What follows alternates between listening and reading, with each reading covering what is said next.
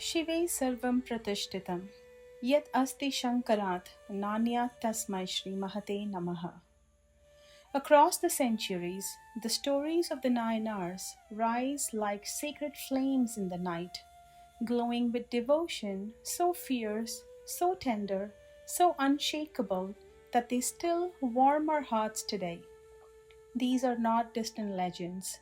They are the lives of ordinary people who became extraordinary when touched by the divine. Their journeys unfold like scenes in a grand celestial film, full of longing, trial, grace, and transformation. And in their lives, we discover reflections of our own struggles, our own hopes, and the possibility of our own awakening. In the quiet coastal town of Karaikal in India, there lived Punitavadiyars, whose life flowed with simplicity and devotion. The dawn light touched her home gently, and every task she performed was a silent offering to Lord Shiva. One afternoon, as the scent of ripe mangoes filled her home, a Shiva yogi appeared at her door, dusty from the road, eyes glowing with hunger and holiness. She had only 2 precious mangoes sent by her husband, but her heart did not hesitate. She offered one with the tenderness of a mother feeding a child. That simple act of compassion cracked open the veil of the unseen. When her husband returned and asked for the mango, she realized she had none left. Standing in the stillness of her kitchen, she prayed, not with words, but with trust. And as if the air itself thickened with grace, a mango appeared in her hand, warm, fragrant, miraculous.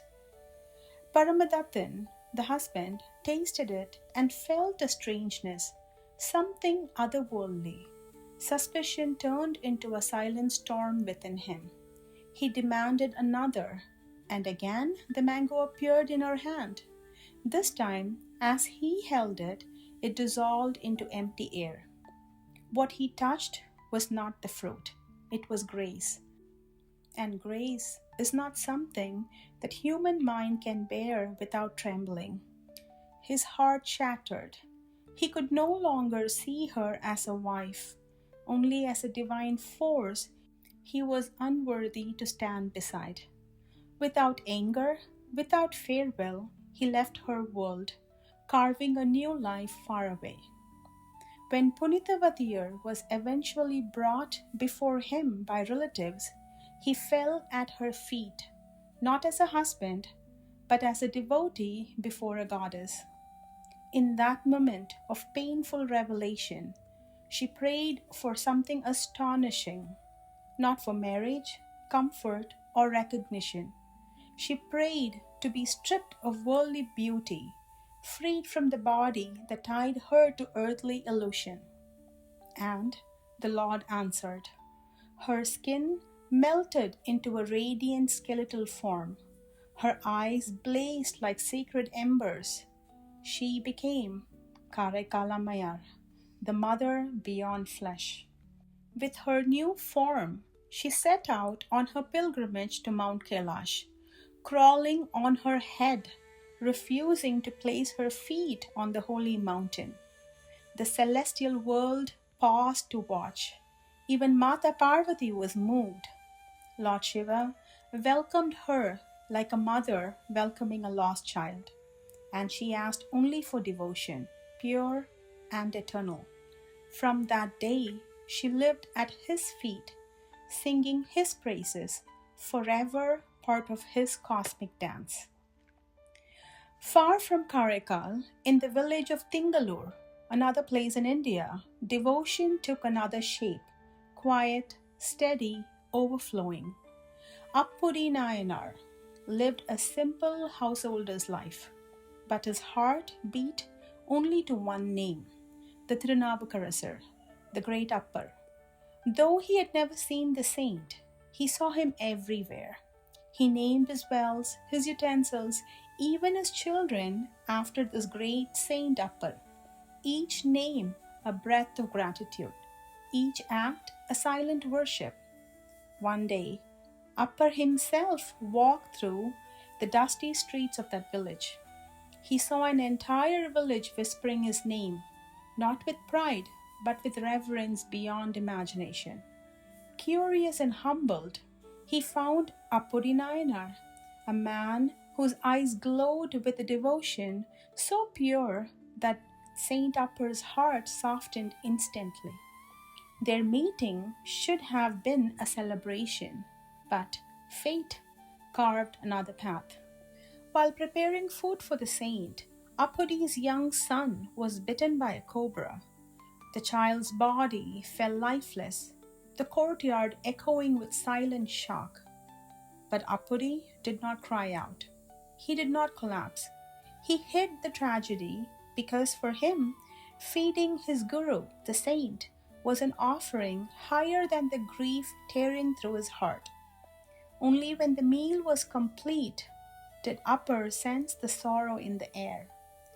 When he saw the boy cold and still, Appar's compassion surged like a river breaking its banks. Placing his hand on the child's head, he sang, not loudly, not dramatically, but softly, like a mother waking her child from sleep. And the boy came back to life.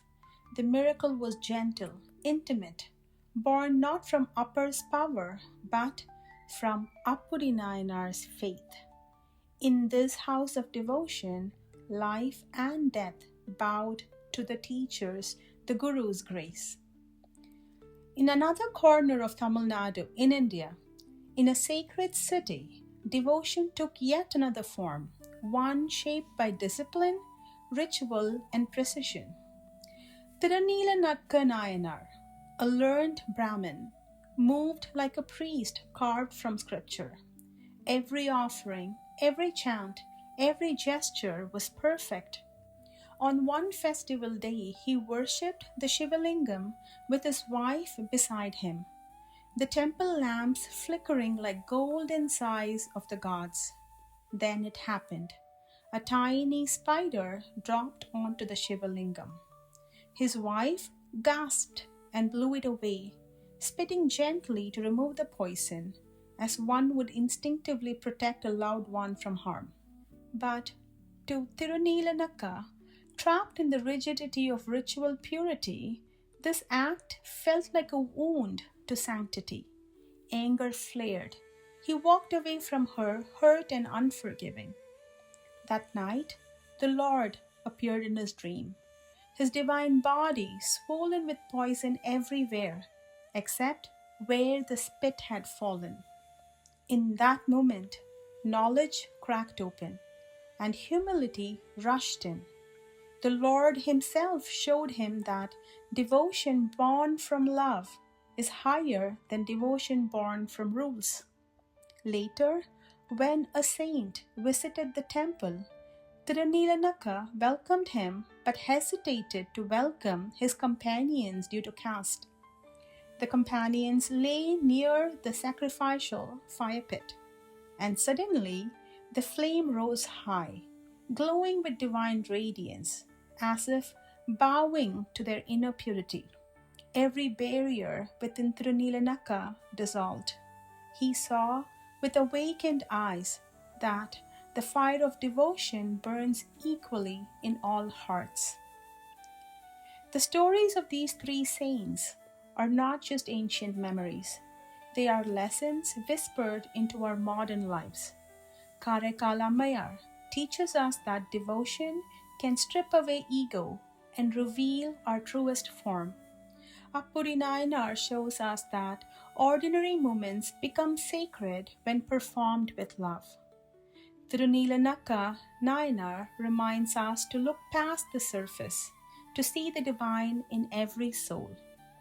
In our own journeys, whether through heartbreak, duty, humility, or confusion, these saints show us how to soften, surrender, and awaken.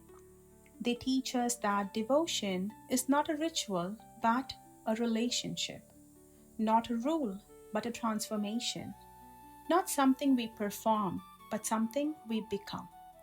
May their stories lift our hearts, sharpen our awareness, and remind us that the divine is not far away. It is as close as our next act of love, trust, humility, or surrender.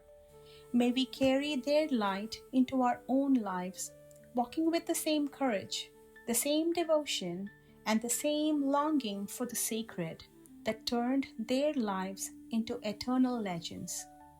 May Jagat Pita Mahadev bless us all. Keep seeking, keep chanting, keep surrendering. Om Namah Shivaya.